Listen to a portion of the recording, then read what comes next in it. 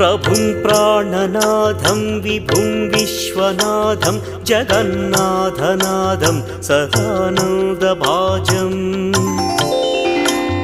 भवद्भव्यभूतेश्वरं भूतनाथं शिवं शङ्करं शम्भुमीशानमीडे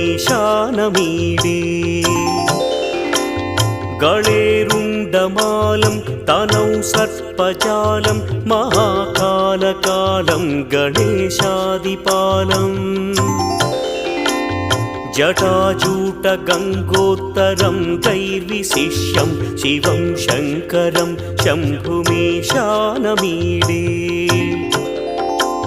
मुदामाकरं मण्डनं मण्डयन्तं महामण्डलं भस्मभूषाधरन्तम् अनादिं ह्यपारं महामोहमारं